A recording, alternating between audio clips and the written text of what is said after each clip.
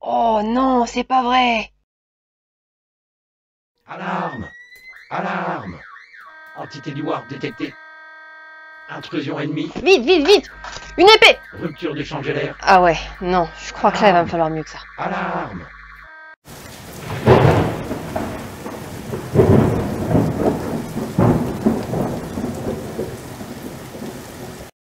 Bonjour à tous, j'espère que vous allez bien. On se retrouve aujourd'hui pour un petit tuto rapide pour faire des effets d'énergie sur nos lames et épées.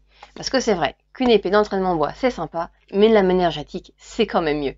Pour l'occasion, on va se servir de mon Capitaine Primaris de la boîte Indomitus, dont j'ai ressous-couché l'épée en noir avant de lui appliquer de l'Iron on Steel.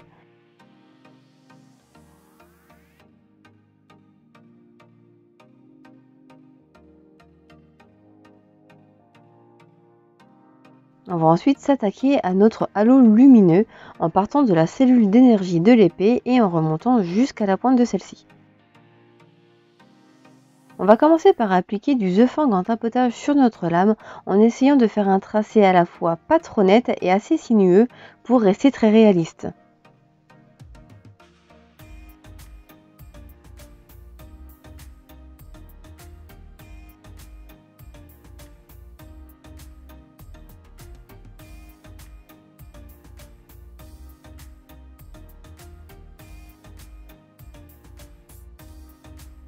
On va recommencer l'opération avec du Temple Guard Blue en faisant attention à ne pas recouvrir entièrement la couleur précédente et en l'appliquant sur des zones un peu plus restreintes. Là, le but, ça va vraiment être de créer un dégradé puisque un éclair, quand il frappe, au niveau de la source lumineuse, c'est très lumineux et plus on s'en éloigne, plus c'est foncé. Donc on va réitérer encore une fois avec du Baharod Blue, toujours sur des zones plus restreintes, toujours dans cette idée de créer un dégradé doux à l'œil. Donc on respecte le tracé précédent et on apporte au fur et à mesure des petites touches de lumière. On va recommencer une dernière fois avec du White Scar et pour l'occasion on va vraiment beaucoup se concentrer au niveau de la cellule d'énergie en essayant de créer quelque chose d'assez flou, d'assez diffus mais de très lumineux. Étant donné que c'est le point de départ de notre éclair, il faut vraiment que ce soit le point le plus lumineux de l'arme.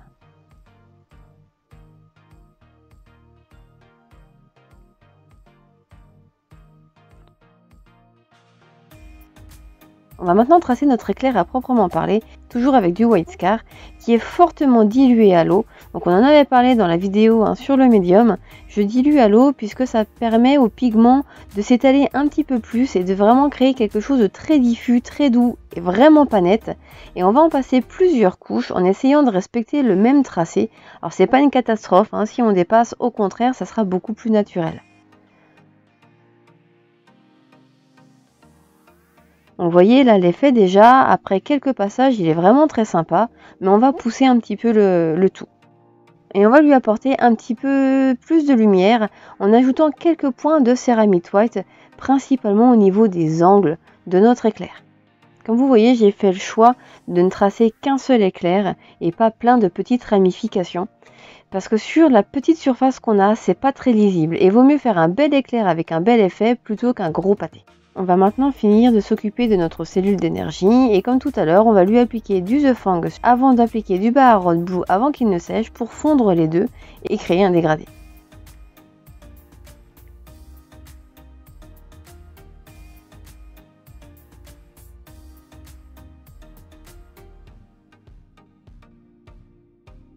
On va reprendre notre Baharod Blue et on va maintenant s'occuper de ligner les bords de notre épée pour simuler la lueur qui émane de l'épée.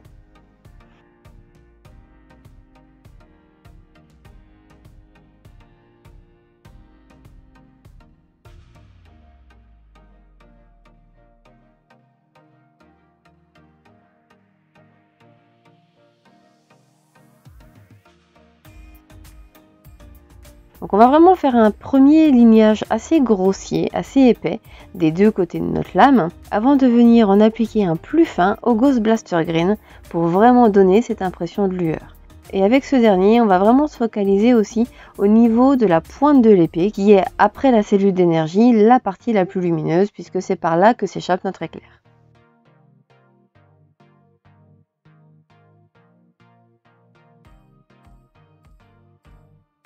Et on va en appliquer également une petite touche sur la tête de notre cellule d'énergie. Et voilà! Et voici un petit aperçu du rendu. Et c'est quand même beaucoup plus sympa avec l'épée entièrement terminée. Donc, comme vous avez pu le voir, il n'y a vraiment pas besoin d'étapes hyper compliquées pour obtenir un effet super sympa. Il faut se dire que souvent, le mieux est l'ennemi du bien et c'est valable aussi en modélisme. Surtout en modélisme, j'oserais dire. Alors c'est vrai que si vous voulez faire un Golden Lemon, il va peut-être falloir pousser un petit peu plus le rendu. Mais pour de la table de jeu, c'est vraiment très sympa, c'est largement suffisant et on a quand même un très bel effet.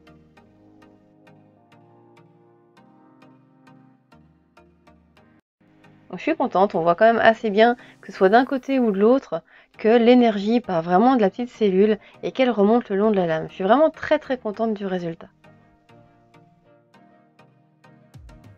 J'espère que ce petit tuto vous a plu et si vous avez des questions, surtout n'hésitez pas à nous les laisser en commentaire, on y répondra avec plaisir.